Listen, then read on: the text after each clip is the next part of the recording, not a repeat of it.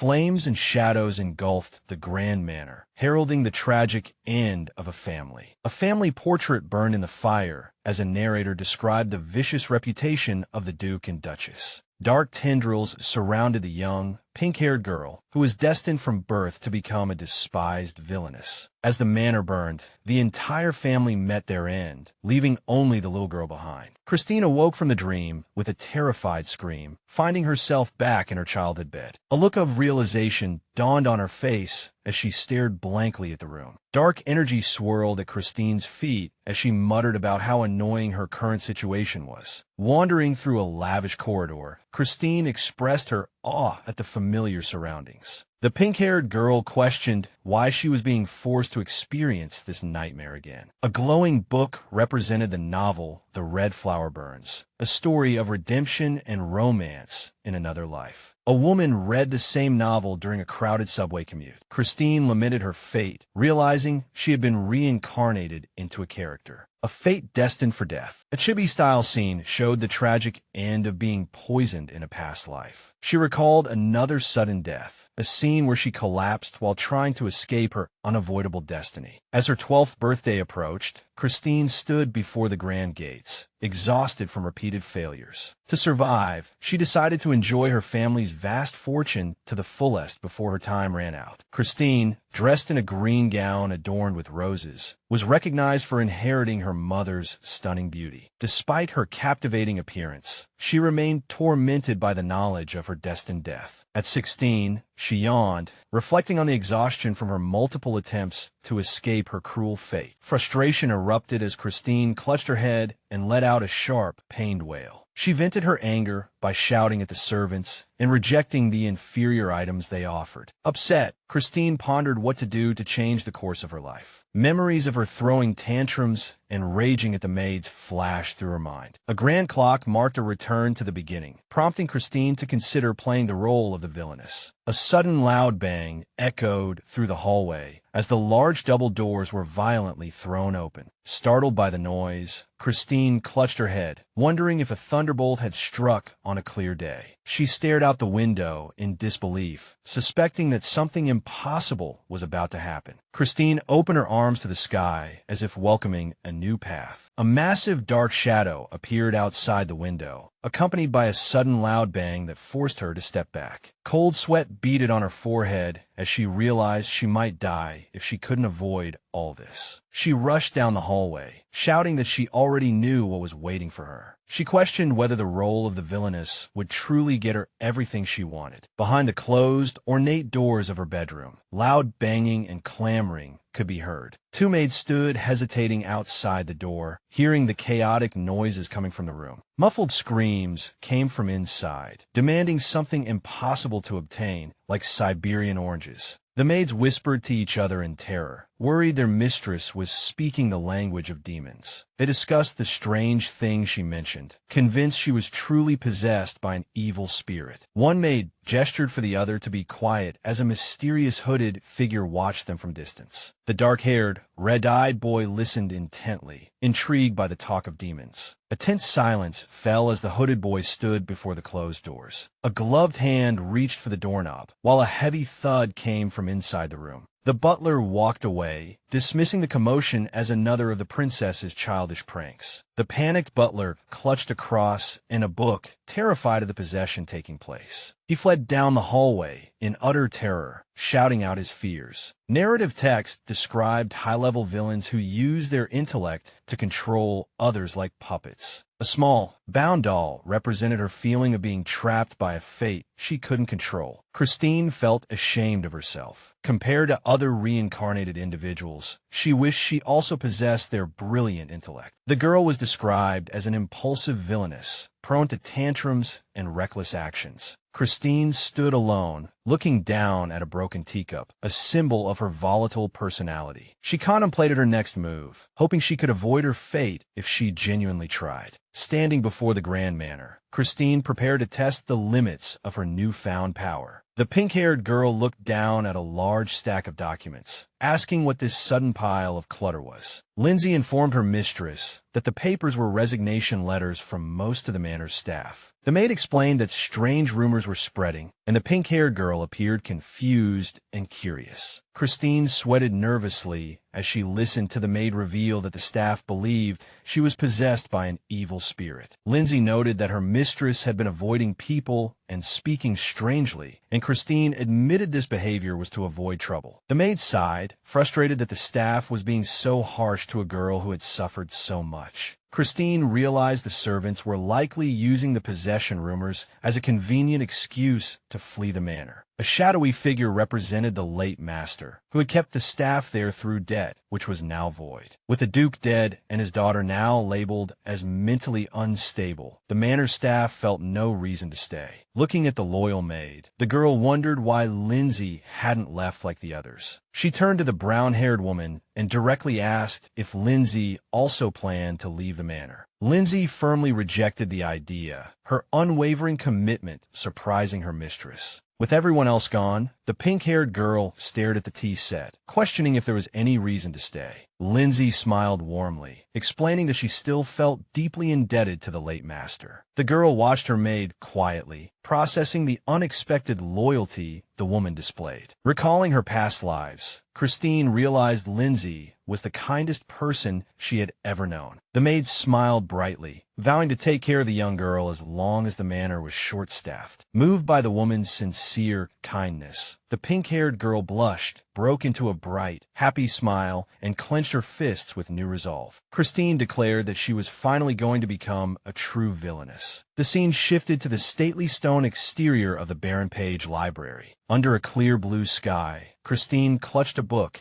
enjoying the admiration of the crowd during her visit to the library. The girl stared blankly ahead, wondering just how many books she had ended up buying. A panoramic view of the city showed the white-walled, brown-roofed buildings of the bustling downtown. As a servant loaded a cart of books into her green carriage, he complained about the princess's volatile temper. The girl looked into the empty carriage to find her driver was nowhere in sight. Half an hour passed as Christine sat alone in the carriage, sighing at the growing pile of reading material. Looking at titles about demons and fatalism, she questioned why these specific books were recommended to her. She recalled a blonde man enthusiastically promoting these bestsellers, realizing she had been easily fooled by trends. She checked the street from the window, growing impatient with the person who was supposed to arrive but was late. Sweat trickled down her face as she wondered if her help had truly abandoned her in the city. The pink-haired girl donned a dark green hooded cloak and, clutching a book about spirits, ventured into town. Walking through the marketplace for the first time, she marveled at the bustling activity and the array of sights. She explored the city streets under the cover of her hood, finding the vibrant atmosphere captivating compared to her cloistered life. A sudden, sharp click nearby caught her attention, causing her to stop and watch. The girl turned her gaze to a group of townspeople gathered in a nearby alley. She approached the crowd, curious about what had piqued the commoner's interest. A man in a red coat was shouting aggressively about changing someone's habits as onlookers watched the confrontation. Someone suddenly bumped into her with a dull thud, causing her to lose her footing. The townspeople began to murmur, shifting their attention from the conflict to her. Whispers spread through the crowd, connecting the girl's pink hair to rumors of arson and possession. Looking at the gathered crowd, she lamented how a few rumors had made her the center of the town's attention. A sharp, loud "ah" rang out, causing the surrounding townspeople to flinch in sudden shock. Startled by the noise, the girl pulled on her hood, preparing to leave the area quickly. Someone rushed past her with hurried footsteps, causing the red book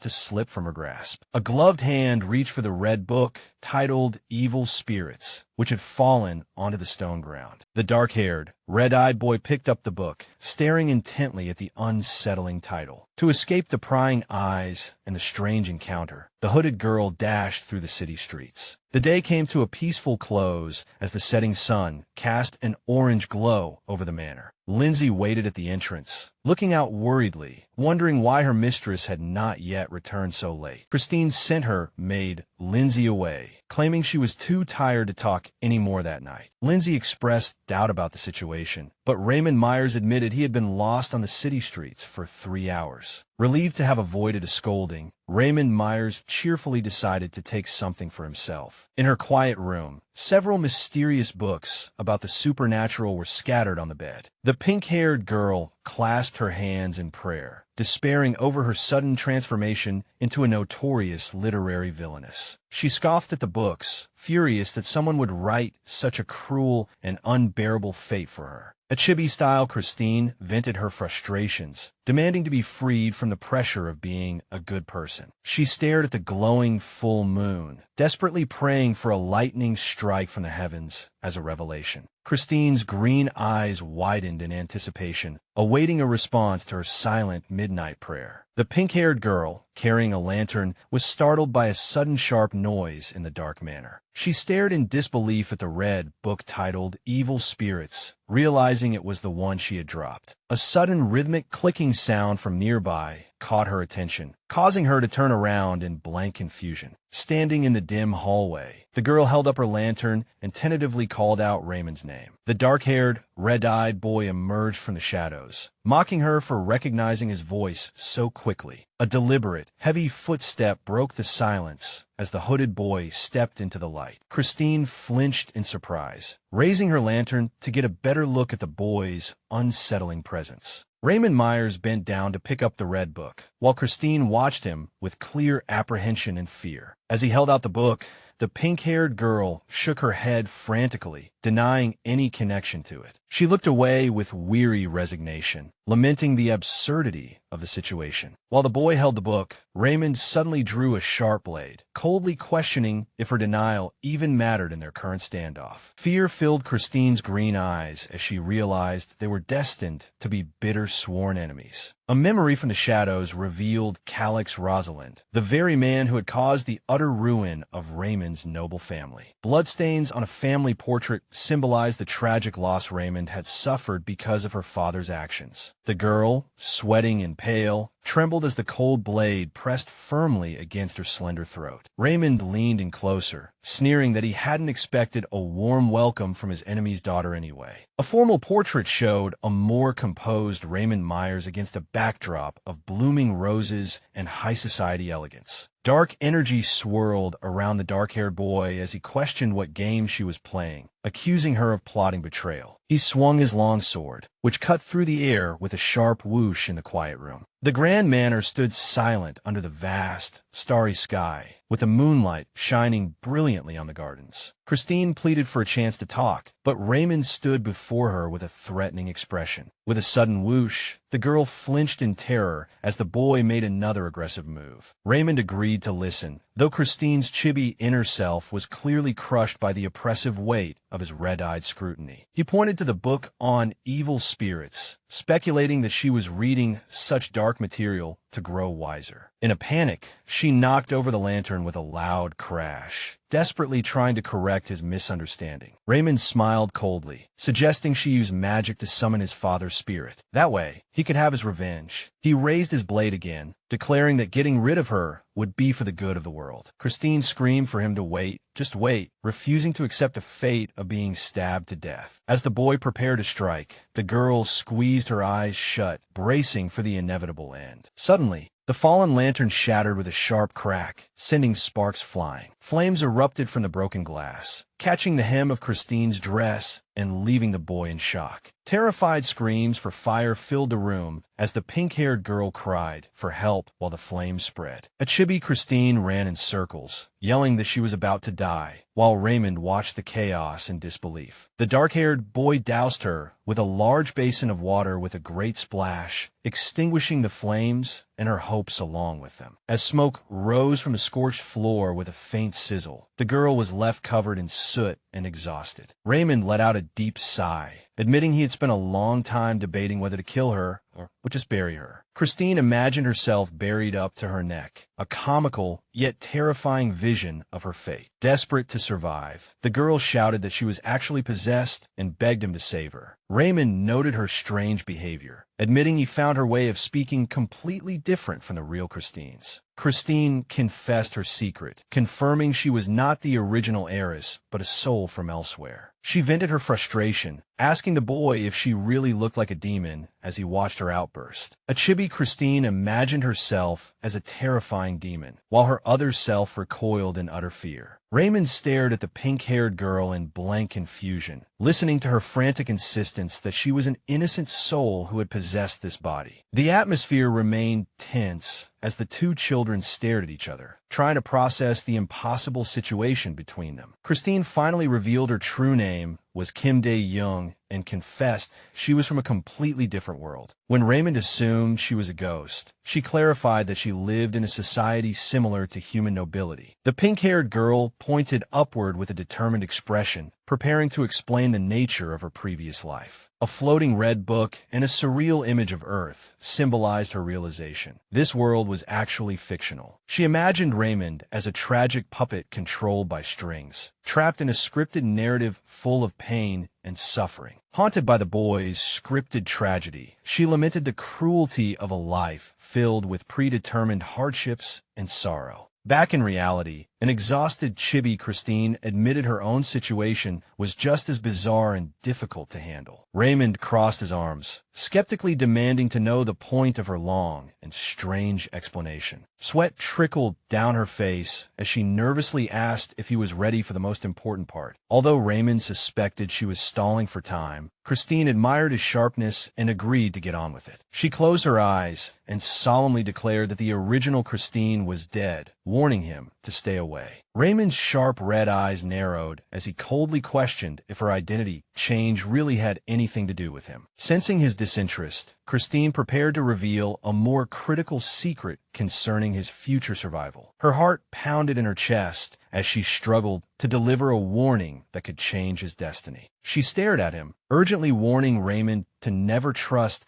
the treacherous Grand Duke Clean Clayton. A sudden, sharp pain shot through her body, causing her to cry out in agony as her strength failed. Raymond's eyes widened in shock as he witnessed the girl's health suddenly take a drastic turn for the worse. Gasping for breath, she weakly reiterated that Clean Clayton was a dangerous man who must be avoided. With a loud "ah," Christine collapsed to the floor, her consciousness fading as Raymond watched in blank horror. Panicked thoughts raced through her mind as she wondered if revealing secret information had caused her body to fail. Raymond stood over her unconscious form, his voice trembling as he asked why she had suddenly fallen ill. As her consciousness faded, she silently prayed for the main character to live well and survive the hardships written for him. Her vision blurred and her eyes closed, leaving her completely helpless on the cold manor floor. A heavy silence fell over the room as Christine lay motionless at the feet of her once sworn enemy. Fear gripped the boy as he stared at her still form, worried that the pink-haired girl was truly dead. He frantically shook her shoulders, calling for her to wake up when a rhythmic knock sounded at the door. Lindsay was calling for her mistress, unaware of the life-and-death drama unfolding in the dark room. Panicked by the servant's arrival, Raymond realized he would be caught standing over an unconscious girl with a sword in his hand. The boy hastily fled the room with a short, sharp sound. Before the maid could enter, Raymond leaped through the open window and disappeared into the moonlit night. Lindsay walked into the dim bedroom and immediately sniffed the air, noticing a strong, burning smell. The maid let out a terrified cry upon finding her mistress lying next to the shattered lantern and the scorched floor. Lindsay rushed to her side, cradling Christine's head and crying out in alarm for the girl's safety. The maid froze when she heard a faint snore, realizing the young girl had simply fallen into a deep sleep. Christine muttered in her sleep about her fear of fire and death, causing Lindsay to look at her with pity. Sunlight streamed into the manor as Christine woke up in her comfortable bed, confused about how she got there. Sitting on a soft sofa, she carefully checked her body while pondering the strange events of the previous night. Noticing the soot-stained carpet, she realized she had survived the fire but couldn't remember who had moved her to the bed. Staring at a silver fork, she deduced that Raymond must have been the one to carry her to safety. Her thoughts were interrupted by a rhythmic creak as the room's heavy double doors opened. Lindsay entered with a tray of food and a stack of mail, greeting her mistress with a bright smile. The maid apologized for the humble meal, noting that the poorly prepared breakfast was still smoking. Christine sighed, accepting that having a kitchen hand for a cook was her unfortunate lot now. Lindsay explained that she had brought a slice of strawberry cake and a pile of mail that had recently accumulated, handing over a stack of envelopes. The maid mentioned that the mail used to be managed by the butler. With a faint rustle of paper, Christine began to look through the many letters addressed to the lady of the house. She paused when she saw a newspaper discussing rumors about the Duke and Princess. Next to the sealed letters, the newspaper revealed scandalous rumors about the Duke and Princess amidst the ruins of the burned castle. Standing in a sea of fire, the pink-haired girl impassively observed the destruction of her past life. Onlookers in the shadows gossiped about the princess, suspecting an evil spirit had guided her survival and the fire itself. Haunted by a vision, the girl watched as a ghostly purple-haired figure emerged from the flames and reached for her. Her green eyes widened in sudden alarm as the pressure of the rumors hit her. Christine questioned the authenticity of the newspapers, while Lindsay explained that the magazine was widely popular and known for its truthfulness. The girl clutched the paper with a trembling hand as the maid confirmed that both nobles and commoners read the articles. A shadow fell over Christine's face as she contemplated the interesting content mentioned in the magazine. Brushing aside the article's importance, Christine asked if Lindsay recognized the name Diane Schneider from memory. Lindsay's eyes widened in surprise at the mention of the woman's name. The maid nervously clutched her apron, preparing to reveal what she knew about the notorious figure. Christine asked if she was famous, and the maid confirmed that everyone in the Empire knew that name. Lindsay gestured excitedly, mentioning that there had been a huge commotion about that woman in the city center just yesterday. Christine fell into a deep silence, resting her chin on her hand as she processed this unsettling new information. The maid described Diane as a terrifying witch, rumored to use black magic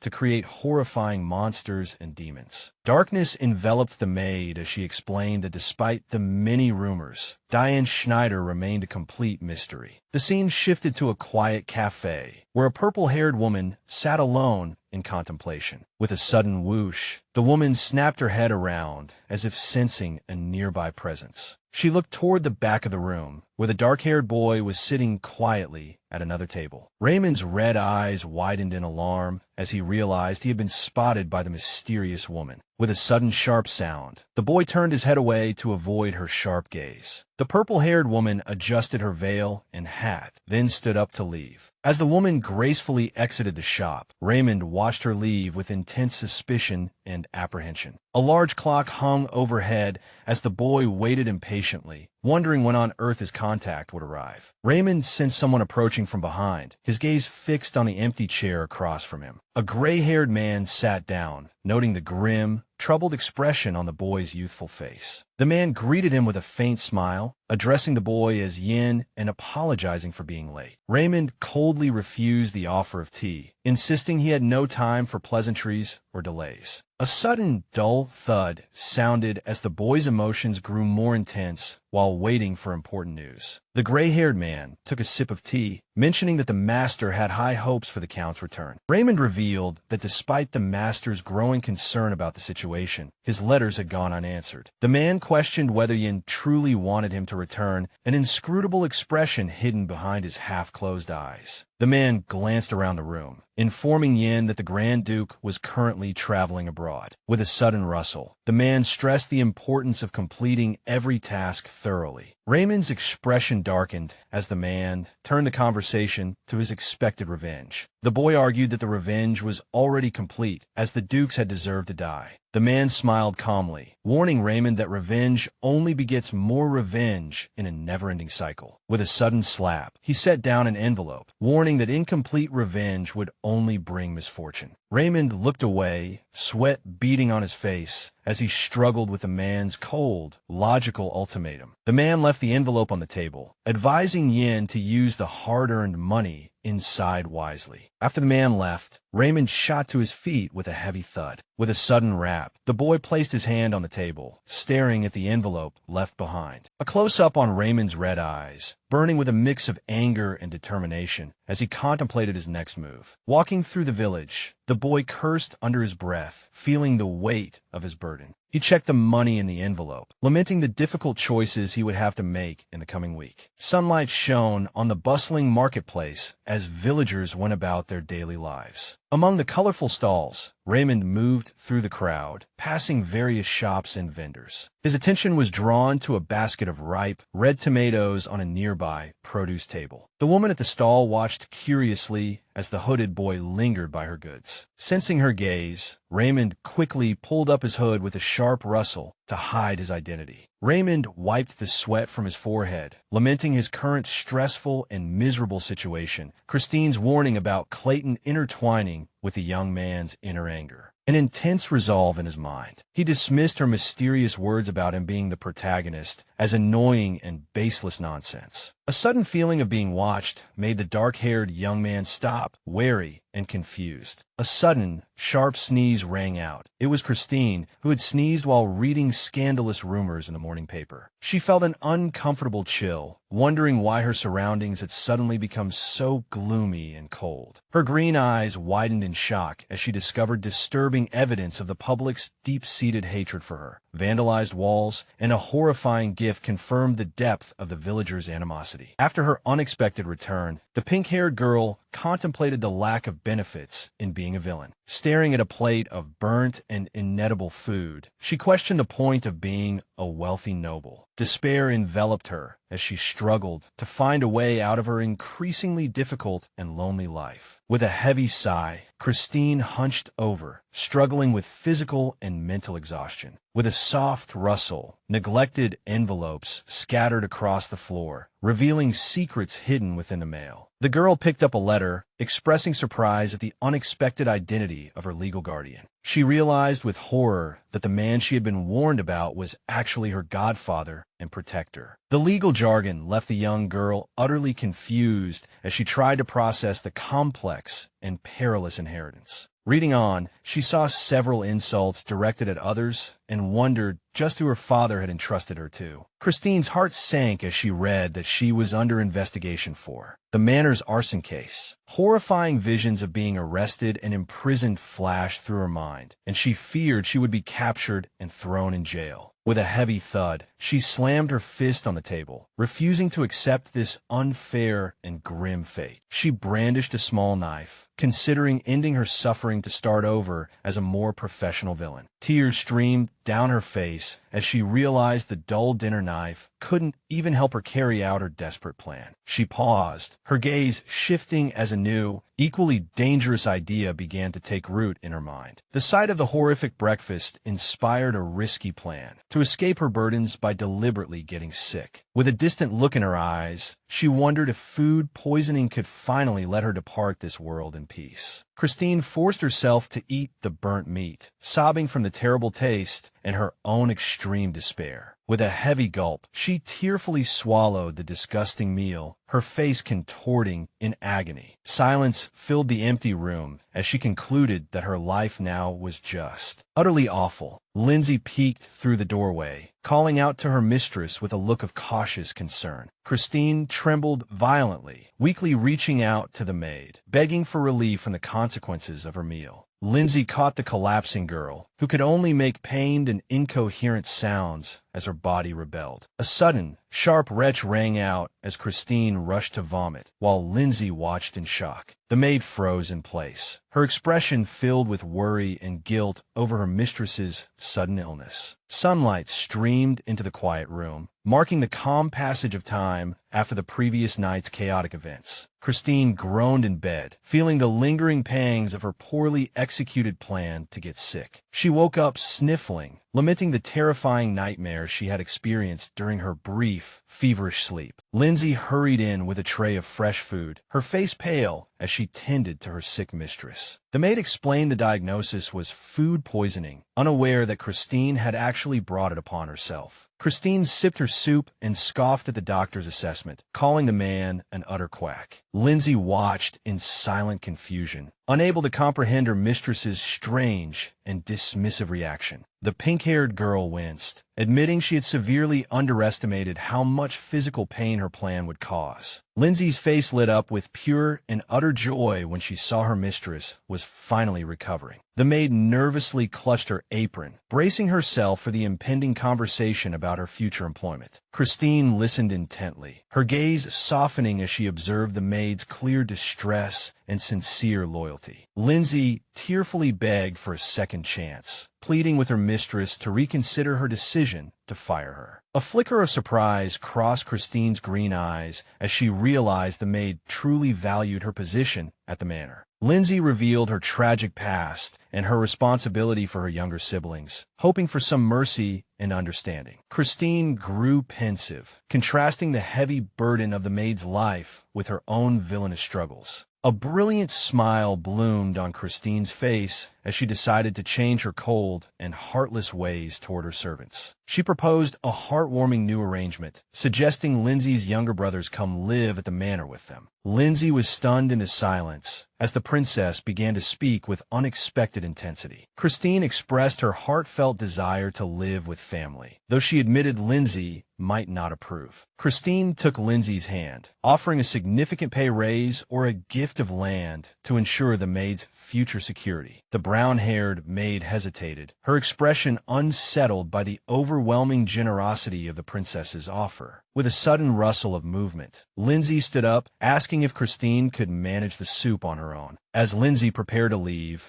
Christine looked up at the maid with a neutral and slightly confused gaze. Left with a bowl of warm, thick soup, Christine prepared to enjoy the quiet meal alone. The morning light bathed the grand manor and its ornate fountain in a serene, golden glow. Lindsay leaned against a wall, covering her eyes as she struggled with deeply conflicting emotions. A close-up shot revealed Lindsay's intense apprehension and the visible sweat on her face as she considered her options. A voice echoed from the hallway, asking if Lindsay's private conversation with the princess had been successful. The blonde-haired youth, Vivian, approached the maid from behind as she made her way through the ornate corridor. Vivian noted that Lindsay was lucky to keep her job, but strictly forbade her from touching the princess's food again. A cheerful yet unsettling smile played on Vivian's lips as he confronted the nervous maid. He coldly asked Lindsay if she was disappointed that the princess she had tried to kill had survived. With a rhythmic patter of footsteps, Lindsay walked away, while Vivian mentioned that someone named Yen was waiting. Vivian smiled brightly, holding a bouquet of white roses, and asked for Lindsay's assistance with a task. Under the cover of night, Christine carried a lantern through the manor's vast and shadowy gardens. While searching the manor grounds, Christine suddenly clutched her stomach in hunger, a low growl escaping. Gazing at the enormous garden, Christine regretted that the manor was too large, while lamenting her missed opportunities. With a sharp spark, a match was struck, briefly illuminating the pitch-black night sky. With a warm flicker of a flame, the match lit the lantern, bathing the garden in a golden glow. Determined to find a clue, Christine held the lantern high and ventured deeper into the manor shadows. She paused to reconsider her timing, wondering if a daytime search would have been much safer. Refusing to give up, a chibi Christine charged resolutely toward the dark, undulating shadows. A sharp metallic clang suddenly rang out as a hand tried to open the heavy, locked garden gate. Christine stared in disbelief, the continuous clanging indicating the gate was securely locked. Frustrated and desperate, Christine realized she was trapped and cried out in annoyance.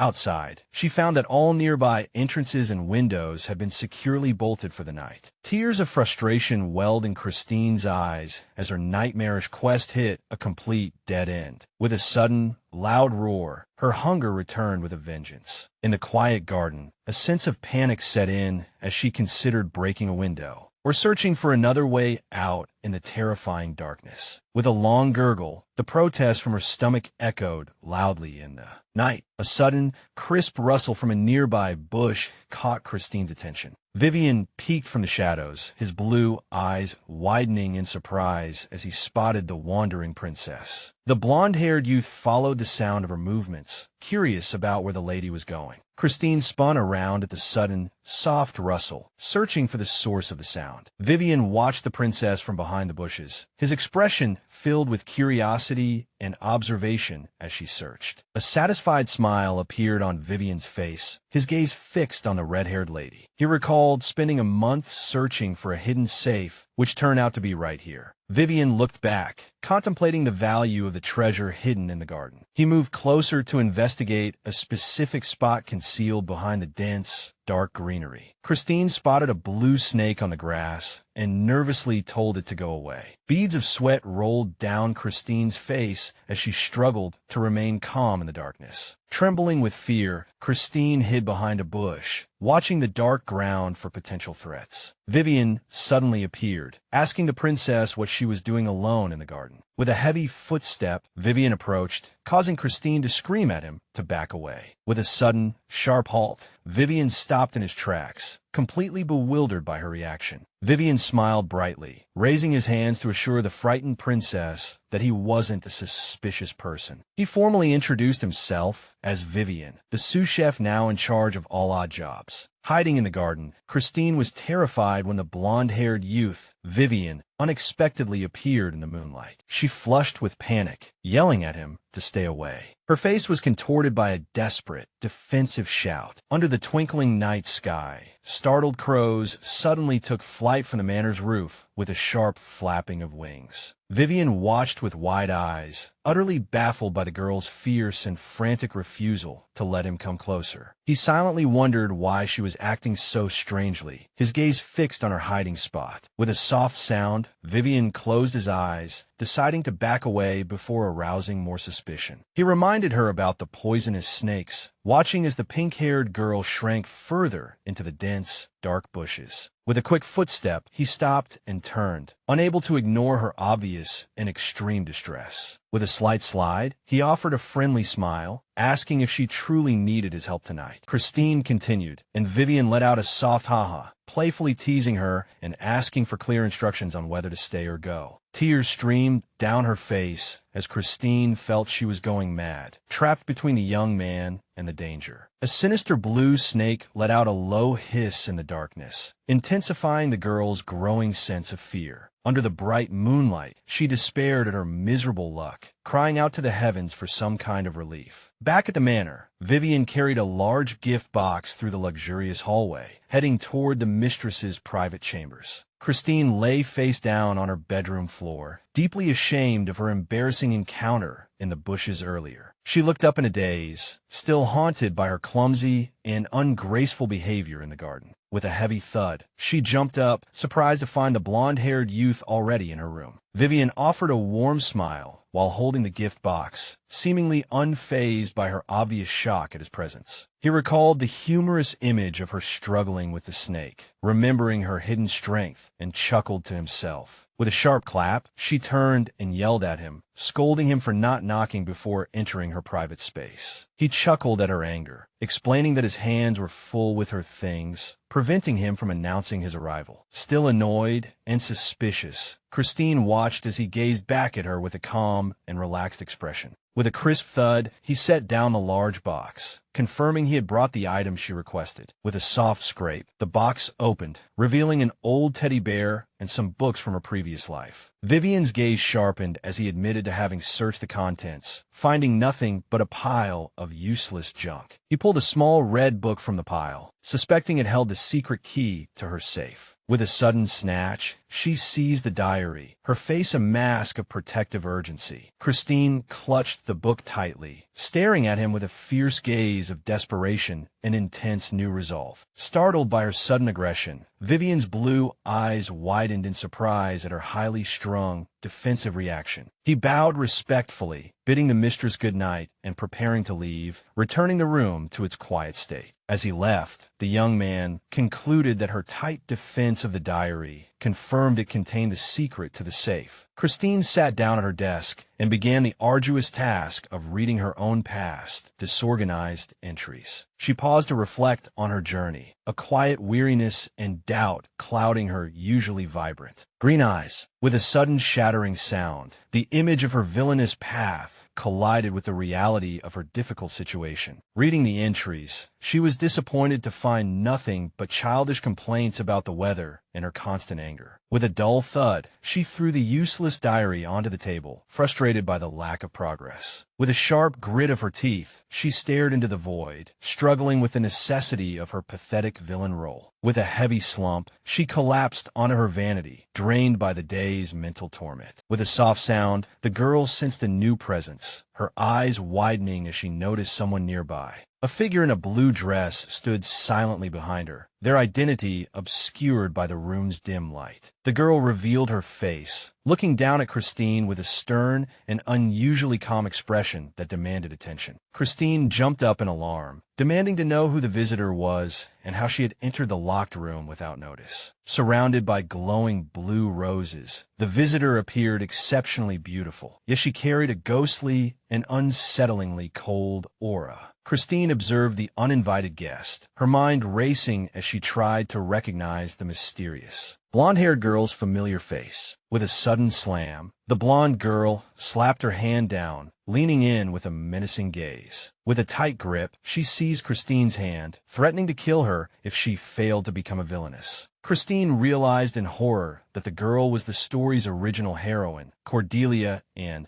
now acting like a dark and vengeful shadow of herself. With a sudden, sharp snap, Cordelia's eyes narrowed, revealing a pure, unbridled, and terrifyingly cold fury. With a sharp slap, the blonde girl screamed, refusing to hear any excuses as her rage filled the room. With a sudden, heavy thud, Christine fell to the floor, her room thrown into utter chaos. Cordelia stood over the fallen girl, accusing her of ruining the world after appearing out of nowhere. Vivian walked through the manor and, with a soft huh, noticed the door was ajar. Entering the kitchen, Vivian saw Lindsay busy preparing food, her back to him as he approached. Lindsay dismissed him with a cold, sharp tsh, making it clear she didn't care for his presence. Vivian smiled at her annoyance, insisting that he was genuinely worried about her, and not just putting on an act. Lindsay sighed and looked away, questioning whose fault it was that she now had extra work to do. With a soft scrape, Vivian helped with the vegetables, hoping to hear good news soon. Lindsay turned to ask if he had found any information about the lady or the location of the safe. Vivian smiled mysteriously, hinting that he was close to finding the answer while asking her to keep it a secret from Yen. Vivian noticed her skeptical expression, wondering why she was looking at him with such obvious suspicion. Lindsay told him to mind his own business and focused on the task of preparing breakfast. She remained silent and lost in thought, her amber eyes reflecting deep exhaustion and unspoken worries. The scene shifts to Christine sleeping peacefully, in bed, surrounded by soft light and blooming flowers. With a soft MHM, the pink-haired girl began to stir from her deep, floral-themed slumber. Vivian watched her, admitting he had worried she'd committed a crime and fled before he found her resting. He observed her closely, wondering if she was facing some kind of hidden danger. Even in her dreams, Vivian tentatively reached out a hand, considering whether to wake her or let her continue sleeping. With a sudden, sharp snap, Christine's green eyes flew open, wide with intense alarm. With a loud gasp, Christine shot upright, startling Vivian so much that he jumped back in surprise. Vivian broke into a relieved smile as the mistress finally woke up, clearly happy to see her safe and sound. Christine looked at him in confusion, demanding to know why Vivian was in her room so early. Christine shook her head, realizing the confrontation with Cordelia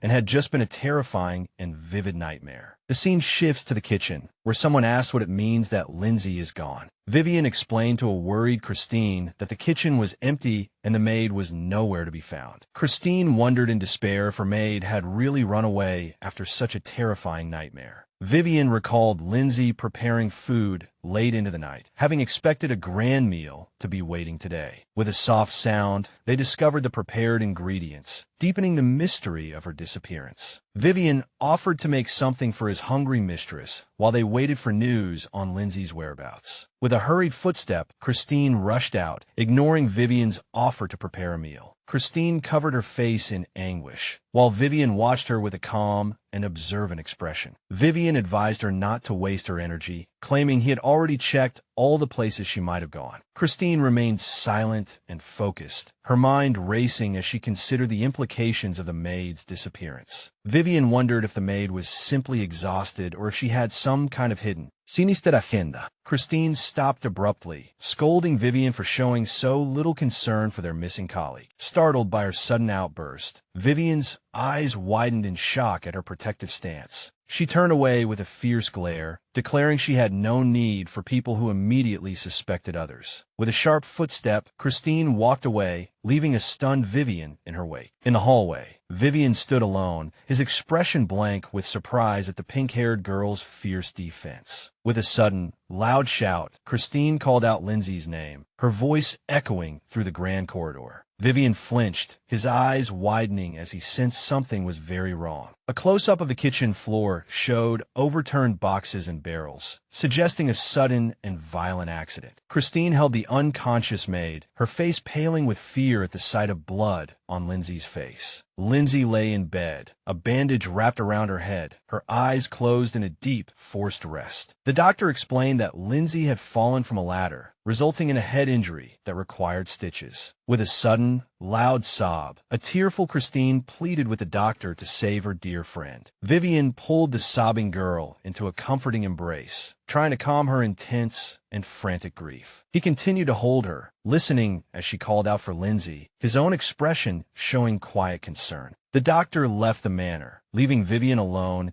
as the chaos of the emergency finally began to subside. The narration mentioned the lady's notorious personality, yet she clearly loved her servants dearly. In that moment, Vivian closed his eyes and, with a soft click, contemplated the lady's unexpected display of kindness. Christine held Lindsay's hand by the bedside, while Vivian observed, noting that she didn't match her terrible reputation. Surrounded by light and pink roses, a serene Christine gazed ahead with a gentle and unusual smile. The scene shifts to a sparkling fountain, where several gold coins lay peacefully at the bottom. A young man with messy black hair and red eyes stared longingly at the money, lamenting his current poverty. With a heavy footstep, the red-eyed youth walked past the fountain, frustrated by his lack of money. He stopped in confusion, letting out a HM, as something in the distance down the street caught his attention. A crowd had gathered in front of a large notice board in the center of the bustling town. With a soft squeeze, the red-eyed youth pushed through the crowd to see the new notice. The young man's eyes widened in shock as he read the surprising and unbelievable details on the recruitment flyer. With a sudden, loud roar, a flyer for the Rosalind Manor promised a god-tier job with a gentle master. The magnificent Rosalind Manor stood majestically under a bright blue sky, awaiting the arrival of new staff reinforcements. With a crisp slosh, a mop vigorously cleaned the manor floor, making the surface sparkle. The hall gleamed, and a dialogue box proudly announced that the heavy cleaning was finally finished. With a rhythmic scrubbing sound, hands washed a pink cloth in a basin of soapy water. With a soft flap, clean laundry fluttered in the wind under a clear, bright blue sky.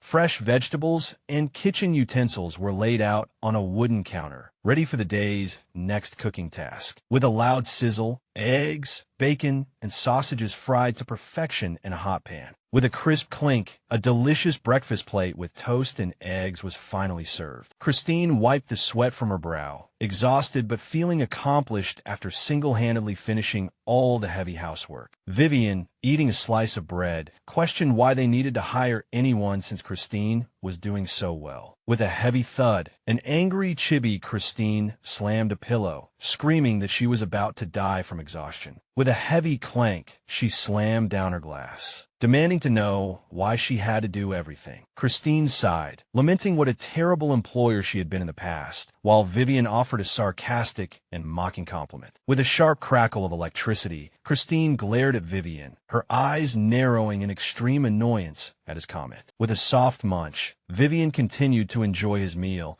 completely unfazed by her obvious anger. Christine looked up with a puzzled expression, her attention suddenly caught by an unexpected and strange development. Vivian explained that the manor was infamous for its dark rumors, which explained why all the previous workers had fled. He held up the flyer, dismissing the description of a gentle master as an outright scam that no one would believe. Vivian shivered at the creepy description, while Christine fumed, wondering when she had ever sounded so terrifying to others. Christine yelled in defense of her flyer, pointing out that she had even drawn a friendly and inviting heart on it. Both Christine and Vivian turned their heads in surprise, startled by the arrival of a mysterious and uninvited visitor. A cheerful little boy appeared in a flashback, confirming he was the one who came after seeing the friendly recruitment flyer. Christine sat at a large table across from a mysterious woman in a large hat, while Vivian stood guard in the background. The group sat in a sunny room filled with flowers, ready to interview the potential and mysterious new employee. The visitor introduced herself as Dean Sugar, elegantly dressed in her dark skirt and wide-brimmed black hat. With a soft whisper, Vivian leaned close to Christine's ear to share something suspicious. Christine demanded to know why Vivian was still in the room, while he insisted on staying to protect her. The woman remained calm and silent as Vivian claimed he had to stay because he was the lady's right-hand man. A chibi image showed Vivian imagining himself as a limb, while the visitor stifled a laugh at his bizarre claim. Vivian watched, blankly confused, wondering why the mysterious visitor had suddenly laughed at his serious statement. The perspective shifts to behind the visitor, showing her facing Christine and Vivian in the ornate, sunlit room. With a soft rustle, the woman finally began to remove her large, face-obscuring black hat. As she lowered the hat, blooming white flowers framed the visitor, revealing her face for the first time. The woman revealed a gentle and serene smile, her slightly blue hair neatly combed beneath her removed hat. She simply introduced herself as Diane and invited the young lady to call her by her name from now on. Christine's eyes widened in astonishment as she remained silent, her mind racing to make sense of the newcomer's identity. Both Christine and Vivian felt a sense of familiarity, finding the woman's arrival highly suspicious. Diane explained that she had heard the mansion was short-staffed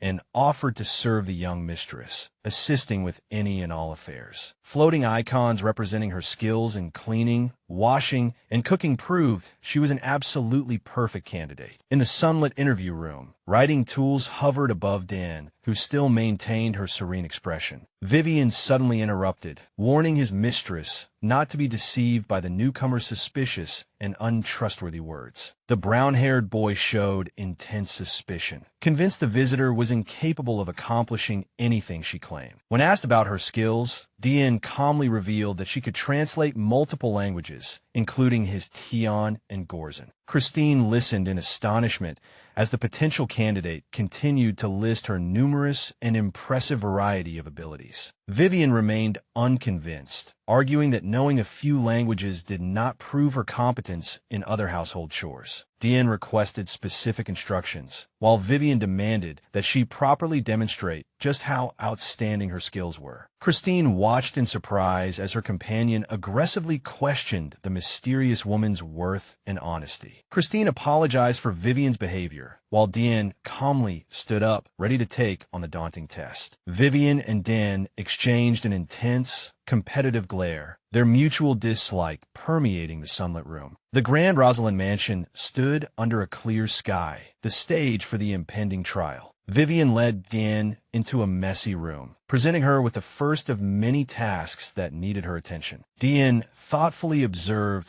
the chaotic scene, tapping her chin as she considered the best way to begin. Vivian explained with a mocking smile that the job involved cleaning the entire massive four-story mansion. He detailed the immense workload, questioning if she could truly handle every single room. Vivian arrogantly encouraged her to give up now if she found the monumental task too difficult to complete. A giant speech bubble conveyed a firm refusal, as Diane was completely undeterred by the boy's discouragement. She turned with a confident and knowing smile, ready to prove her doubters wrong. Diane began her work with swift movements, her sudden burst of intense focus surprising her critic. Vivian narrowed his eyes, observing the process with a scrutinizing gaze, waiting to see the fruits of her labor. The scene switched to the mansion's elegant interior, with bright sunlight streaming through massive windows. A sudden question broke the silence, as someone wondered about the purpose of the mysterious visitor's appearance. Christine's eyes widened in shock as she stared at the disheveled boy standing in the mansion. The boy with red eyes and messy hair stared back at his mistress with a look of confusion and surprise. They sat together in a room filled with sunlight and flowers, the atmosphere tense with curiosity. Christine looked down, seemingly embarrassed, wondering if her previous question had been too direct. She looked into the boy's eyes, feeling a sense of relief upon concluding that he had not, in fact, gone to Clayton. Christine's direct question about money caught the boy off guard, causing him to recoil in sudden surprise. The boy reacted dramatically to the lady's unexpected inquiry, his face flushing red with intense embarrassment. He immediately and indignantly shouted, asking if she was taking him for some lowly beggar. Christine quickly tried to de-escalate the situation, explaining that her blunt question was not meant to offend. Her gaze grew pensive as she considered the boy's circumstances and his lack of funds for travel. The boy continued his loud protests in chibi form, while Christine apologized for the misunderstanding. He eventually calmed down, admitting that his current shabby appearance did make her concerns seem reasonable. Christine looked up with a new proposal, intending to make the boy an offer he couldn't refuse. Surrounded by blooming roses, Christine offered to support him with everything he needed until he came of age. The red-eyed boy was struck speechless, staring in silence at the lady's sudden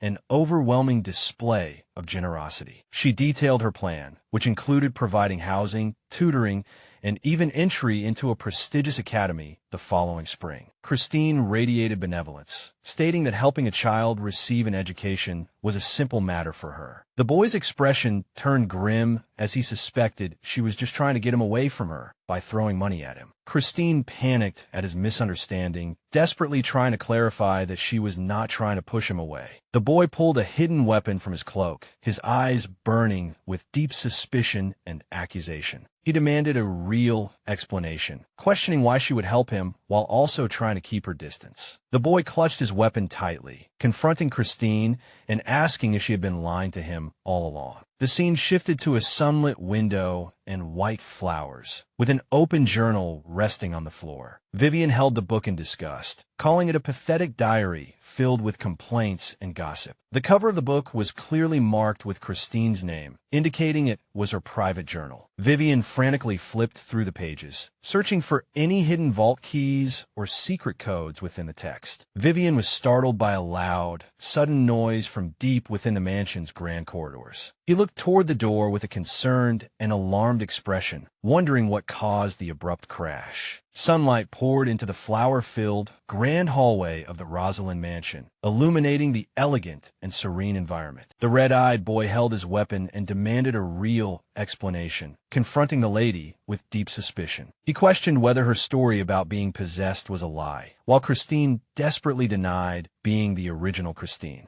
As the boy clenched his fist with a crisp crack, he demanded that she hire him so he could uncover the truth himself. With a sudden bang, a blond man in a uniform burst through the doors, ordering everyone to stop. Christine's eyes widened in shock at the official's sudden arrival, her breath catching in her throat. The intruder seized the red-eyed boy, who struggled violently, demanding to be released from the powerful, gloved grip of his captor. A close-up of the blonde officer showed his serious and authoritative expression as he assessed the volatile situation. The visitor introduced himself as Inspector Anderson Parker, apologizing for the intrusion as he subdued the young boy. Christine, still in a daze of astonishment, kept her eyes fixed on the inspector, trying to process his sudden appearance. Christine noted that the boy's earlier bravado had vanished with the arrival of the police official, and he now looked petrified. Christine sighed internally, feeling a pang of embarrassment that she had just been intimidated by a 16-year-old boy. Inspector Parker looked down at his captive, maintaining a stern demeanor, while the boy remained visibly exhausted. Christine nervously confirmed her identity, her gaze meeting the inspector's questioning and deep green eyes. As Parker steadied the boy with a dull thud, the boy demanded an explanation in a confused daze. The boy cried out in pain as the lady pinched his face, forcing him to retract his earlier violent threats. Inspector Parker watched with a bewildered expression as Christine sternly lectured the boy for his rude and threatening behavior. The red-eyed boy's face flushed red as he fumed about her manhandling his cheeks so rudely. With a rhythmic swoosh, the boy was put to work, angrily sweeping the grand hallway. Sunlight filtered through the mansion's windows as butterflies danced among the vibrant flowers, a sense of beauty restored. Inspector Parker sat across from the lady, questioning her decision to hire such a suspicious and volatile child. Christine revealed her pragmatic plan to hire him as a cleaner, noting the mansion's desperate need for extra hands. Parker grew thoughtful, noting the boy's surprising audacity despite the danger of an official's sudden arrival. The inspector presented a set of photographs, revealing them to be disguises used by a notorious criminal named Diane Schneider. Christine's heart sank as she recognized the woman in the hat from the photos, realizing her recent visitor was a dangerous fugitive. She maintained a calm facade, lying to the inspector by claiming she had never seen any of the faces. Parker stressed that no matter how much he wanted to catch the criminal, his primary concern was the safety of the household. Christine narrowed her eyes, probing whether there was a deeper, more hidden purpose to the inspector's visit. The inspector remained calm and focused, sitting in the sun-drenched interview room with an unwavering gaze. He held up a document, mentioning dark rumors, including a report that Diane had stabbed a nearby baron. Parker added a complicated detail, noting that the baron had allegedly been beating the woman before the violent altercation occurred. The two characters sat in tense silence, the weight of the criminal investigation pressing down on the room. As the inspector rubbed his eyes with a heavy sigh, it was clear he was exhausted by the ongoing case. Dark and eerie imagery depicted a woman surrounded by thorns and bones, representing rumors of dark magic and sacrifices. Christine leaned forward, asking how the inspector could be so certain of the woman's supposedly dangerous crimes. Her expression was filled with deep concern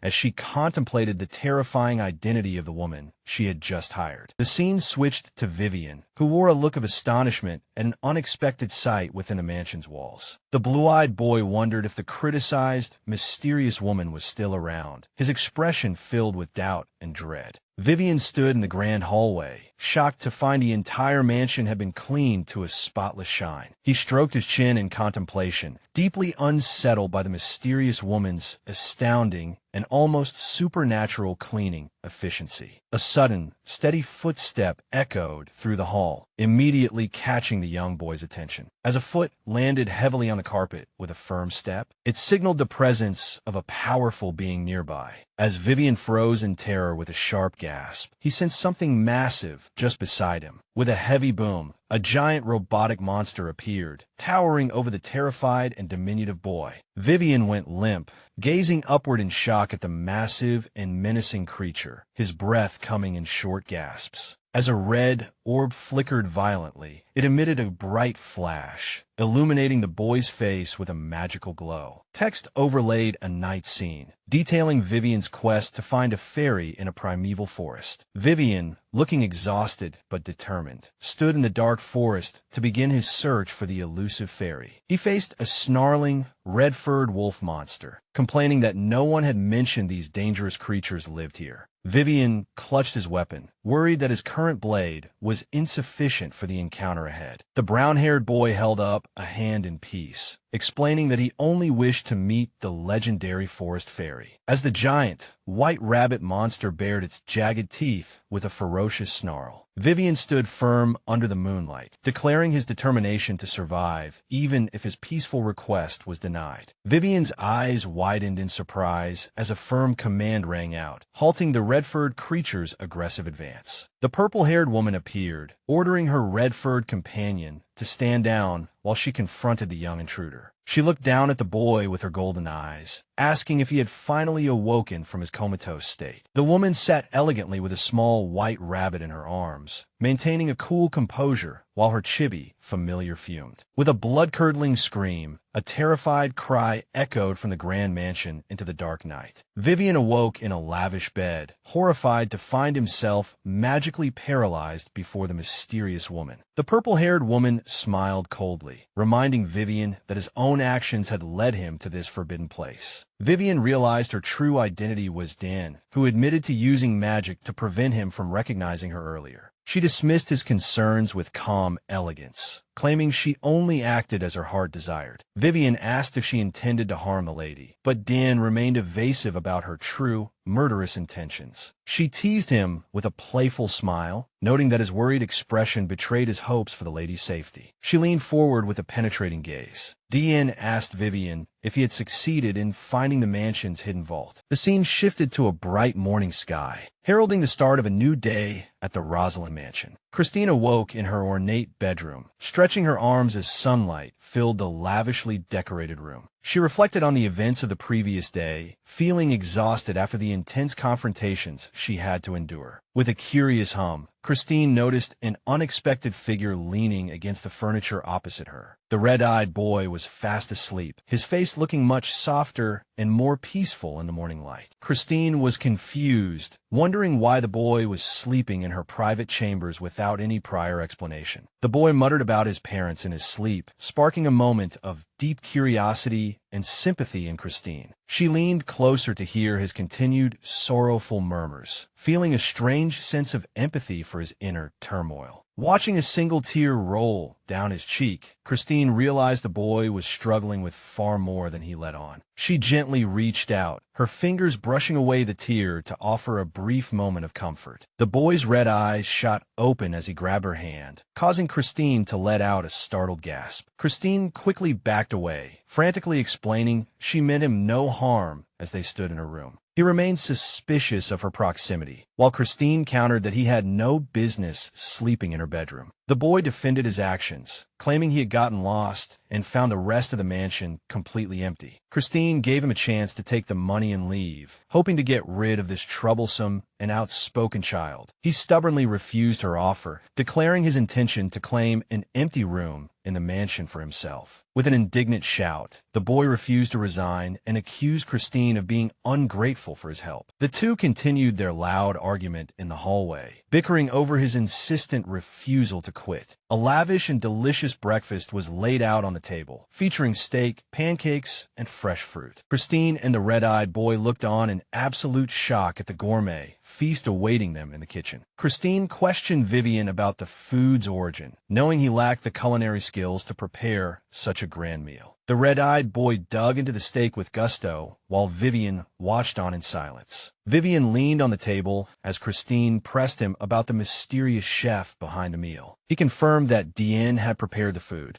leaving Christine to wonder where the woman was now. Vivian explained that Dan had already left, leaving Christine to look around the empty kitchen in confusion. Sunlight filtered through the high windows, illuminating dust motes and vibrant green leaves within the mansion. With a sharp gasp, a sickly woman sat up in bed, looking terrified by something. A blue-haired maid stood in a dark garden of purple roses, her presence feeling cold and ominous. The three sat together at the table, the rhythmic clinking of cutlery filling the room during the quiet breakfast. Christine asked Vivian with a look of pride if Dan had passed the secret test she had arranged. She continued to probe for information about Diane's character, while Vivian ate with a troubled and hesitant expression. Vivian remained silent, his thoughts drifting to the dilemma of being unable to explain the mysterious woman's true, terrifying identity. A dark vision depicted Diane as a puppet master, controlling Vivian's every move with glowing blue threads of magic. With a frustrated huff, Christine reacted to the silent boy's lack of a clear answer. Christine's loud shout at Vivian echoed through the mansion, startling the young boy during breakfast. Vivian complained of his ears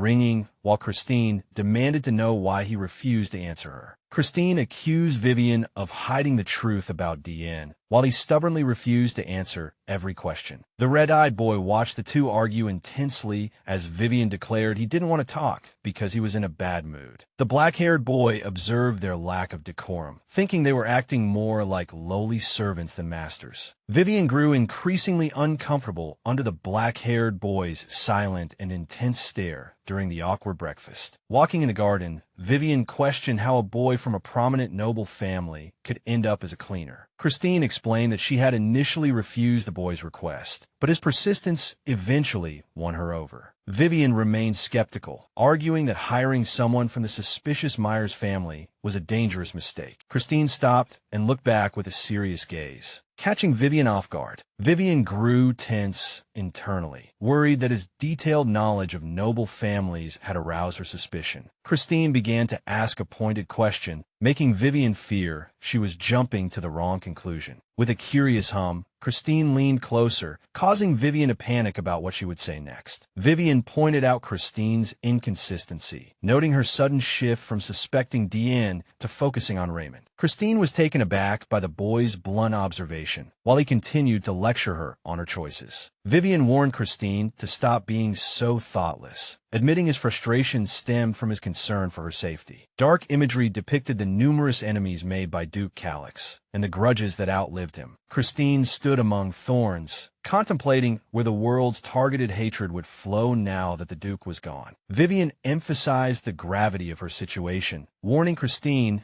that she could lose her life at any moment. Christine's eyes widened in astonishment as the boy bluntly pointed out the mortal danger surrounding her. Vivian expressed his exasperation, claiming her ignorance of the world's dangers had become unbearable for him. Vivian turned away, contemplating the dangerous and untrustworthy nature of everyone currently residing within the mansion. He looked at the sparkling indoor pool, continuing his internal monologue about human deception. Christine looked at him with a sharp gaze, asking if he was someone she could truly trust. A heavy silence fell as the two characters stood alone in the grand, sunlit pool room. With a rhythmic patter, Christine turned toward a noise echoing in the hall. A huge brown horse charged toward them, prompting Vivian to scream a desperate warning to get out of the way. Fear gripped Christine and Vivian as the horse charged straight for them without slowing down. With a firm grip, Vivian grabbed Christine's arm and pulled her out of harm's way. Vivian shielded Christine with his body, holding her tightly as the out-of-control animal thundered past them. With a massive splash, the huge horse plunged into the deep water of the indoor pool. Vivian rushed to the water's edge, frantically checking to see if Christine was hurt. Christine looked at the soaking wet boy in confusion, asking if he was just playing in the water. She stood over the fallen boy, her expression shifting as she processed the chaotic morning events. Christine looked down with a serious and contemplative expression, her vibrant pink hair catching the bright sunlight. She helped Vivian up, dismissing the entire terrifying encounter as a mere unfortunate accident. Christine teased Vivian about his extreme concern, playfully asking if his feelings for her went beyond a professional capacity. The two continued to bicker loudly, with Vivian accusing her of twisting his words and misinterpreting his intentions. The scene cut back to the exterior of the grand Rosalind mansion, which stood tall against the bright sky. In her office, Christine reviewed the evidence and noted the striking resemblance between Diane and the fugitive. With a crisp tap, Christine placed a photo of Diane Schneider on the table. Two short, soft knocks sounded as a visitor awaited permission to enter Christine's private chambers. With a long creak, the door opened to reveal the purple-haired woman standing there. Christine invited the woman to sit, stating that she had several important questions to ask. Christine leaned forward, directly asking if the woman's real name was truly Diane Schneider. The woman remained calm, her golden eyes fixed on Christine, with a background filled with dark, thorny imagery. Christine pressed on, demanding to know if the woman sitting before her was the notorious criminal. She looked slightly unnerved as the woman began to laugh, wondering what could possibly be so funny. The woman politely apologized, admitting she hadn't expected her identity to be discovered by the mistress so quickly. Diane confirmed Christine's suspicions and noted that she hadn't expected the lady to already have her wanted poster. Christine confronted the purple-haired woman directly, demanding a final confirmation on whether she was Diane Schneider. Diane confirmed the suspicion with a composed smile, openly admitting her true identity to her surprised mistress. With a sharp gasp, Christine stared in disbelief at the notorious criminal sitting before her. Christine recalled past warnings about the extreme danger posed by the woman named Diane Schneider. She sat in heavy silence, her mind racing to process the reality of the fugitive in her presence. Diane remained unfazed, even asking if Christine's sharp intuition stemmed from her being from another world. Christine's eyes widened in shock as Diane so casually touched upon the secret of her otherworldly origins. Diane leaned forward with a sharp gaze, explaining that it was this unique quality that had led her to Christine. Christine demanded to know how her secret was discovered and what this fugitive wanted from her. Diane offered a calm reassurance, suggesting that despite her dark and dangerous reputation, she meant no harm. A somber vision depicted a sickly woman lying in bed, hinting at a tragic or complex past that Diane carried. Diane stood before an illusory garden of thorns, insisting that Christine had absolutely nothing to fear from her. She clasped her hands with a sweet smile, promising that she would be an invaluable asset to Christine.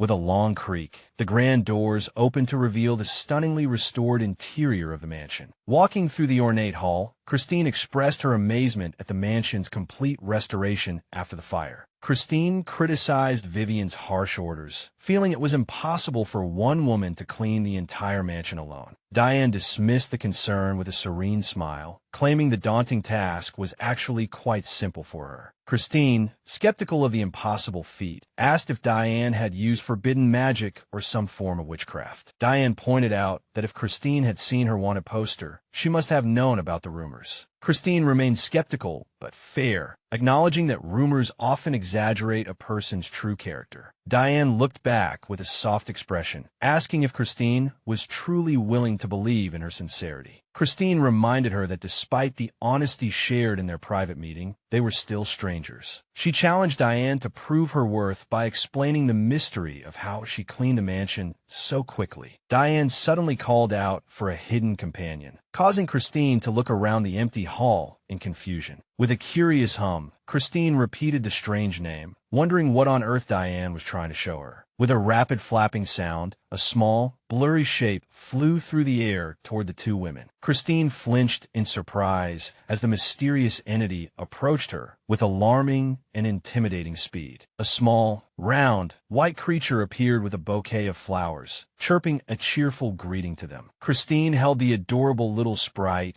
as it nuzzled her cheek affectionately, while Diane explained the creature's helpful nature. Diane described the sprites as an intelligent race capable of performing various useful tasks and decorations. She watched the interaction with a smile, noting that this particular sprite seemed to have taken an instant liking to Christine. As Diane translated the sprite's message, it shook its head, saying that Christine's hair reminded it of someone named Rin. Christine looked confused, repeating the name, curious about the identity of the sprite's former friend. Diane explained that Rin had been the sprite's closest companion, possessing vibrant pink hair just like Christine's. Christine touched her long hair, admitting that it was actually quite troublesome to manage daily. A flurry of hurried movements was heard as Diane turned her attention to a commotion in the distance. Christine watched curiously, sensing that the tranquil atmosphere of the manor was about to change abruptly. A sharp gasp was heard as Christine discovered something unexpected happening in the main hall. Diane revealed that she had long anticipated the arrival of visitors and had already made the necessary preparations. Christine looked back in surprise, her mind racing as she tried to guess who could be visiting now. Diane confidently announced that the guests would arrive soon, her golden eyes twinkling with hidden wisdom. With a violent whoosh, the red-eyed boy angrily swung a wooden broom and charged at Bivin. The red-eyed boy's expression was determined and furious, refusing to back down in the confrontation. In the hall, Bivin remained perfectly calm, warning the boy that he would not hold back in their duel. The red-eyed boy let out a shout, swinging his makeshift weapon with all his might. With a powerful whistling sound, Bivin moved swiftly, easily dodging the clumsy attack. With superior skill, Bivin countered the boy's strike, preparing to end the brief and chaotic conflict. The red-eyed boy staggered back, his eyes wide with shock at Bivin's overwhelming speed and strength. With a heavy thud, the red-eyed boy fell to the floor after losing the hallway battle. Bivin stood triumphantly over his fallen opponent, mocking the boy for being unable to handle even a simple broom. After easily defeating Raymond in the hallway, Bivin mockingly offered to teach him how to use it. Bivin stood proudly with a makeshift weapon, looking down at the black-haired boy sprawled on the floor. In the hallway, Bivin maintained a stern expression, emphasizing his authority over the disgruntled youth. Raymond shouted indignantly, his red eyes burning with the fury of humiliation and unexpected defeat. As Raymond stared at the broom head pointed dangerously at his face, a sudden realization dawned on him. Bivin loomed over the fallen boy, a dark energy swirling behind him, demonstrating his absolute dominance. Bivin bluntly reminded Raymond that he was now just an ordinary cleaner, no longer a pampered young master. Raymond groaned in frustration, clutching his chest as he struggled with the harsh new reality. Accompanied by a rhythmic tapping sound, Bivin coldly told the boy to leave if he couldn't stand the humiliation. With a light whoosh, Bivin turned away dismissively, slinging the broom over his shoulder. Raymond watched Bivin leave, his expression a mixture of confusion and shock at the blonde boy's skills. Bivin glanced back coldly, showing no sympathy for the boy he had just defeated. With a sharp click of his tongue, Bivin questioned why the boy continued to act so haughty. Raymond was speechless, his red eyes wide as he processed the harsh words from his new rival. Christine's pink hair flashed into view as she appeared suddenly with a sharp, angry shout. With a loud bang, an enraged Christine threw a wooden spoon that hit Bivin. Christine stood with her hands on her hips, her green eyes flashing with anger at the scene before her. With a desperate gasp, Bivin tried to explain that it was all a misunderstanding. Christine shouted back in disbelief, her expression twisted with rage as she refused to listen to Bivin's excuses. She pointed to the damning evidence, the broom in his hand and the scratch on Raymond's face. Christine scolded the blonde boy for his actions, while Bivin was lost in utter despair and confusion. With a yelp, Bivin cowered under Christine's overwhelming fury. Christine grabbed Bivin by the collar and shook him violently, while Raymond watched from the side with a smug and mocking expression. With a desperate cry, Bivin pleaded for mercy as the pink-haired lady continued her tirade. A messenger ran through the hall, anxiously reporting to Christine about the arrival of an urgent carriage. Christine stopped her scolding, turning back in surprise to hear the news of unexpected visitors at the manor. Accompanied by the rhythmic sound of hooves, a white carriage drawn by 4 horses sped along the garden path. The ornate carriage came to a stop before the manor, set against a backdrop of lush greenery and a bright sky. In the drawing room, a man in a green suit adjusted his cravat with a confident and smug expression. The man sat comfortably while Christine and her 2 companions listened to his surprising and unwelcome arrival. The man leaned forward with a greedy smile, looking Christine up and down. Christine returned a forced smile, despite feeling extreme disgust for the visitor deep down. With a low whisper, Bivin leaned in to warn her about the man's scandalous private life. The man recalled his friendship with the late Duke Calix, claiming to be sorry for Christine's loss. Christine remained composed, her green eyes fixed on the visitor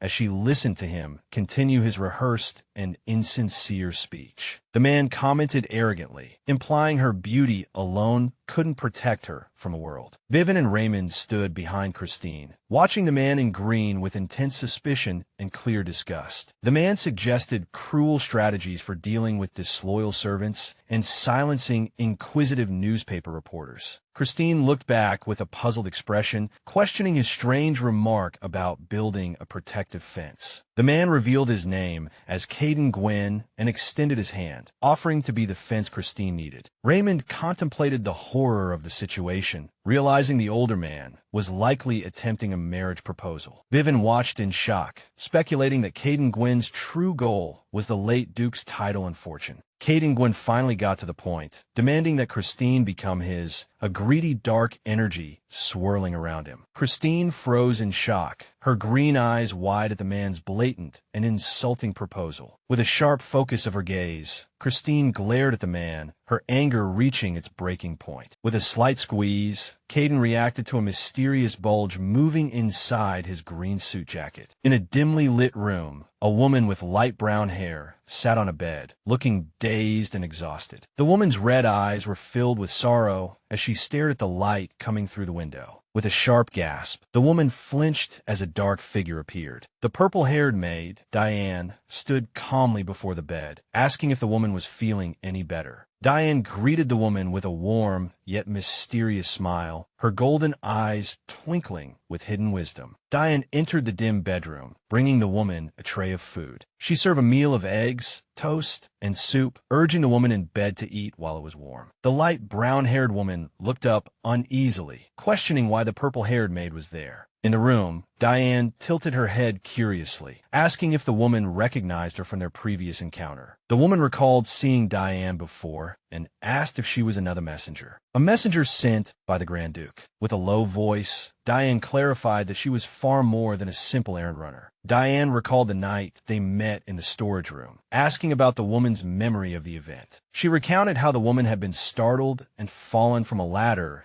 after seeing Diane's true magical form. With a crisp sound, Diane activated her blue magic, asking if the woman remembered this form. Panic flashed in the woman's red eyes as she recognized Diane as the infamous and terrifying witch. With a great roar, the room's atmosphere shifted under Diane's intense magical presence. The woman pointed a fork defensively, demanding that Diane back away and asking if she was targeting the lady. As a silence spread, Diane hinted that it was actually the woman who was plotting against the lady. A bottle of bubbling purple poison was revealed, described as a substance lethal in just a few drops. Diane held the poison vial, confronting the woman with a serious expression about her murderous intent. The woman was terrified, her gaze fixed on the deadly liquid she had once planned to use. Surrounded by dark energy and skull-like shapes, Diane claimed to know the real reason for the woman's desire for revenge. With a flash of light, Diane suggested the woman blame the lady for the pain of losing her child. Diane's blue eyes stared intently at her, asking if there was something fundamentally strange about the woman's tragic memories. She questioned if the woman ever truly had a child, sending the woman into a state of utter confusion. Diane demanded specific details, like the child's name and age, to test the woman's fragile memory. As Diane asked about the child's gender and the father's identity, a vision of a child with a blurred face appeared. The woman, overwhelmed and pained, admitted she couldn't recall any real details about her past life or family. Diane looked at the poison, explaining that the woman's memory loss was part of a larger deception. She softly urged the woman to stop her self-destructive behavior and let go of the pain she carried. Diane watched the woman from behind, encouraging her to finally stop tormenting herself with misplaced guilt. A flashback showed a pair of hands holding a knife to a potato, reflecting the woman's long-held plot to kill the lady. Christine appeared in a warm memory, holding the woman's hand, while Diane advised her to take back her life. With a heavy footstep, the woman stood up and walked to the center of the room, now dressed in a maid's uniform. The woman stood at the door, deciding she couldn't just walk away. With a smooth rolling sound, a service cart loaded with wine bottles moved across the wooden floor. The woman looked back with a determined gaze, ready to face the challenges of her new role. Diane was surprised to find the woman still at the mansion, having assumed she had left. From an overhead view, the woman accused Diane of using magic to manipulate and rewrite her most precious memories. Diane responded with a smug smile, cryptically denying that she had done anything to the woman's mind. The woman insisted that Diane was the one who should leave the mansion, despite her own lingering doubts. With a firm grip, the woman grabbed the cart handle to assert her authority over the task. She told Diane to stop interfering, and Diane asked if she knew where the items were to be delivered. With a chuckle, Diane instructed the woman to take the cart to the reception room. Watching the woman walk away, Diane smiled, observing that her companion had decided to stay. With a suppressed groan, Diane warned a hidden entity not to show itself just yet. A white,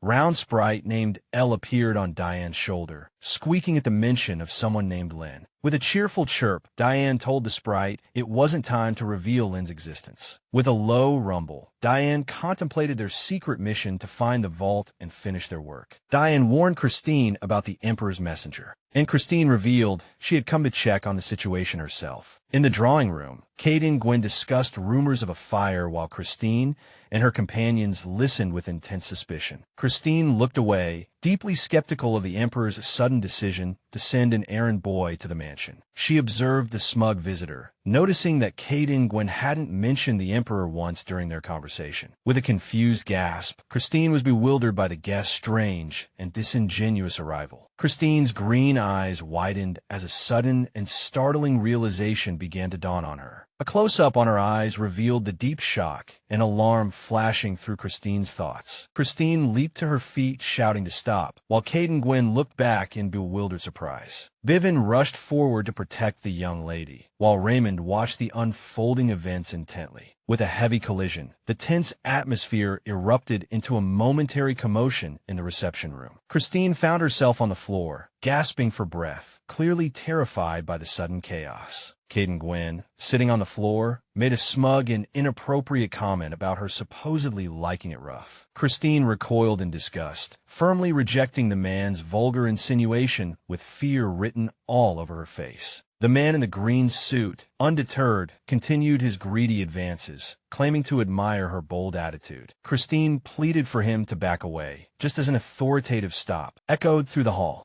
Bivin and Raymond intervened, stepping between Christine and the unwelcome guest, while the maid watched from the side, looking annoyed. Kate and Gwen questioned what the servants thought they were doing, daring to interfere in his conversation. Bivin offered a cold, polite smile, explaining that he intended to clean up the filth he'd found in the mansion. As Christine recovered, her guardians prepared to deal with the intruder, the scene descending into a tense standoff. Christine stared at Bivin in disbelief, her expression a mix of shock and dawning comprehension of his protective actions. Kate and Gwen tried to maintain his dignity, but was pushed back by the servants' makeshift weapons. Raymond held his ground firmly, telling the man in green that this was not his place to interfere. The man tried to incite Raymond to drive Bivin away, hoping to regain a private audience with the lady. Raymond's red eyes narrowed as he flatly refused to comply, his loyalty to Christine utterly unshakable. Raymond announced with a smirk that cleaning up the manor was his personal responsibility. Just as he prepared to act, with a heavy impact, birds flew startled from the garden gazebo, heralding a violent resolution to the conflict. The maid, Lindsay, approached with a cart full of refreshments, her gentle smile suggesting she was unaware of the preceding struggle. She stopped short in utter shock when she found Kate and Gwen bound and gagged before the lady. A spread of colorful macarons and pastries sat on the table, a stark contrast to the captured man beside it. The brown-haired maid began to pour tea with a trembling hand, maintaining an awkward and silent focus. With a slight click, a delicate porcelain teacup was placed on its matching saucer. Christine spoke to the captive Baron Gwen with a terrifyingly bright smile, her green eyes glittering with hidden intent. The man looked up in terror as Christine revealed she knew all about his true identity and mission. Bivin and Raymond both cried out in surprise upon learning the unwelcome guest had been sent by the Emperor himself. Despite the heavy and oppressive atmosphere in the room, Lindsay continued her service, the steady sound of tea being poured audible. Christine questioned whether the Emperor truly intended for this man to marry her, a prospect she found utterly repulsive. Lindsay stopped what she was doing, her eyes wide as she processed the news of the Emperor's involvement in this shocking scandal. With a piercing scream, the maid lost her composure, her face flushing red with extreme distress and fear. In a panic, Lindsay raised a silver tray, about to strike the small pink sprite. Christine reached out desperately, shouting for Lindsay to stop her reckless and violent outburst. Before anyone could get hurt, the maid, overwhelmed by the situation, trembled with tears in her eyes, begging the young lady for guidance. A formal letter placed next to vibrant flowers conveyed an urgent message that could no longer be delayed. Christine read the updated letter, learning of the Empress's mysterious illness and the desperate need for a healing stone. Surrounded by roses, Christine wondered why the Emperor's usually formal greetings had suddenly turned into such an urgent demand. The grand mansion stood solemnly under the bright sky, belying the growing secrets and chaos within its walls. Lindsay searched the sunlit library, calling out for the young miss who seemed to have vanished. With a heavy silence, the ornate reception room was now empty and eerily quiet. The maid looked around worriedly, wondering where the young lady could have gone so early in the morning. Christine found herself in the Duke's secret vault, standing before mountains of gleaming gold coins and precious jewels. She expressed her exhaustion and disgust at the late Duke Calix's extreme greed and hoarding of immense wealth. Viewed from above, the vault resembled an endless ocean of treasure as Christine navigated through the piles of gold. She wondered how she could possibly find a healing stone in such a vast and cluttered collection. Christine stopped, her green eyes fixed on a specific spot among the treasures, as if something had caught her attention. The purple-haired maid, Diane, explained the magic of the healing stone to the blonde boy holding a pair of garden shears. Diane revealed that she had only recently discovered the stone's existence and its miraculous powers. The blonde boy questioned whether Baron Gwen was truly sent by the Emperor to retrieve the healing stone. Diane confirmed the errand boy's identity, asking if the boy had orchestrated the recent commotion with such a precise plan. The blonde boy thoughtfully considered the Empress's illness and how the Emperor might have initially learned of the stone's existence. Diane remained calm, pondering the implications of sending such a boorish messenger on a royal task. The boy, holding the garden shears, insisted his deduction was obvious, while Diane asked for his specific reasoning. Diane accused the boy of using the young Duchess to find the Duke's hidden vault and the stone. A dark memory surfaced, a maid trembling beside a fallen body, recalling the presence of terrifying monsters. Diane laughed and corrected him, calling them fairies, before asking about someone named Lynn. The blonde boy froze, his expression blank as he processed Diane's unexpected and cryptic question. Diane refused to undo her work, explaining that his first priority should be to run back to the young Duchess. The boy, red-faced with embarrassment, protested loudly, while Diane watched his emotional outburst with a calm, analytical gaze. Diane stood by her flower card, asserting that the boy's anger stemmed entirely from his deep concern for Christine. She leaned in with a smug look, pressing the flustered boy to admit his true feelings for the lady. With a chuckle, Diane mockingly asked if he would mind if she hurt the young Duchess. The blonde boy stood frozen, his face flushed red, his eyes wide with shock at the maid's cold and threatening insinuation. Diane looked away with a serene smile, maintaining her mysterious and unsettling composure while surrounded by blue flowers. The boy shouted incoherently in anger as Diane pushed her cart away, leaving him alone in the garden. Raymond observed the pair from the shadows of the mansion, curious about what secrets they were discussing. Raymond noted the lingering animosity between the two, his red eyes narrowing as he contemplated their strange interaction. With a smooth, clicking sound, Diane continued down the path, pushing an ornate cart full of potted flowers. A close-up of Diane showed her eyes flashing with a greedy orange glow, hinting at her hidden true power. Raymond walked through the ornate hall, muttering about Diane's disagreeable personality as he headed to his next destination. He paused to wonder why the Emperor would try to marry the young Duchess off to someone like Gwen. Raymond considered the possibility that someone had agreed to the Emperor's request without fully understanding the dangerous details behind it. With determination burning in his red eyes, Raymond decided he had to personally meet the one responsible for this mess. With a light knock,